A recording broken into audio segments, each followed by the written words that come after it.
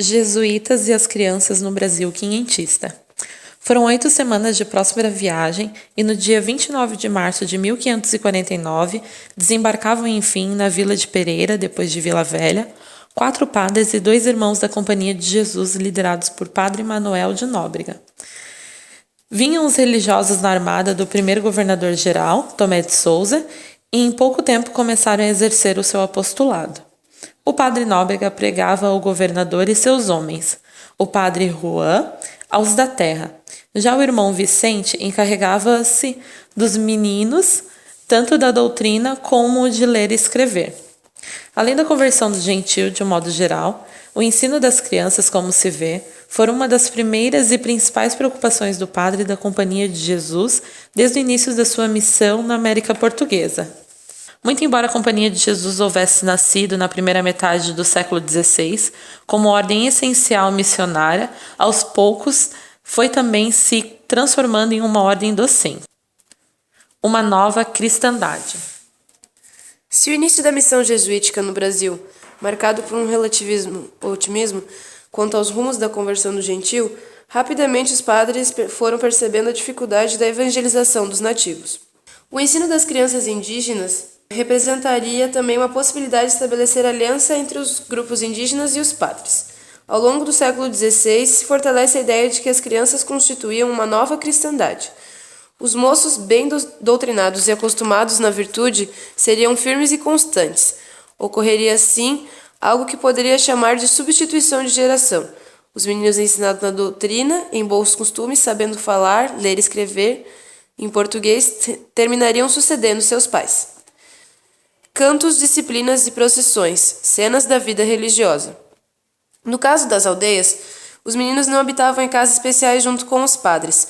Havia apenas escolas nas quais os padres somavam o ensino da doutrina ao aprendizagem dos elementos, como ler, escrever e contar. No aprendizado da doutrina, apostava-se principalmente na sua memorização, e os padres orgulhavam-se dos meninos que sabiam tudo de cor. Para isso, os jesuítas desenvolveram principalmente catequismos dialogados. Esse diálogo, usado inicialmente nas escolas, foi traduzido para tupi e aditado por Anchieta, e versava sobre os mais variados temas, como a criação do mundo, a criação e queda de Adão e Eva, a encarnação e paixão de Cristo. Por meio dele, por exemplo, os meninos tinham que aprender a complexa definição da Santíssima Trindade. Ensinava-se também a cantar e tocar instrumentos, como forma de aprender a doutrina e os bons costumes. As festas religiosas. As procissões eram realizadas nas festas de padroeiros, jubileus, por ocasião de batismos e também vitórias militares, e para pedir socorro em razão de epidemias, seca, entre outros. Além de cantarem nas procissões, as crianças das escolas e dos colégios se disciplinavam.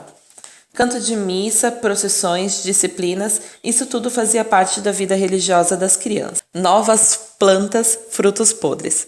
O ensino dos meninos até prosperava, pois abriam-se mais escolas.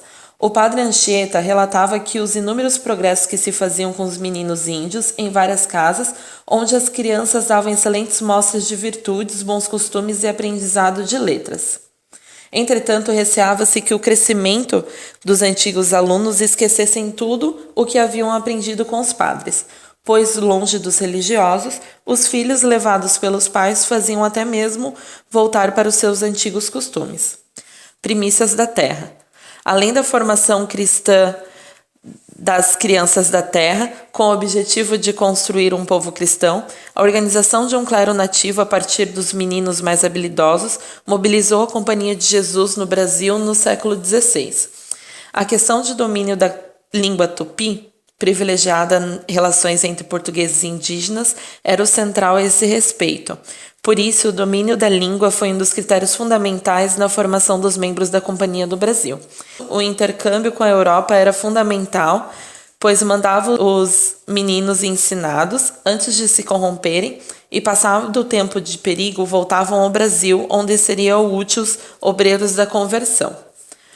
A criação das casas e colégios aconteceu de forma diferenciada em cada região.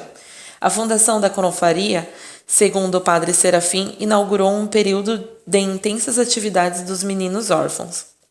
Os órfãos acompanhavam os padres nas suas visitas às aldeias dos índios ou mesmo às vilas de portugueses.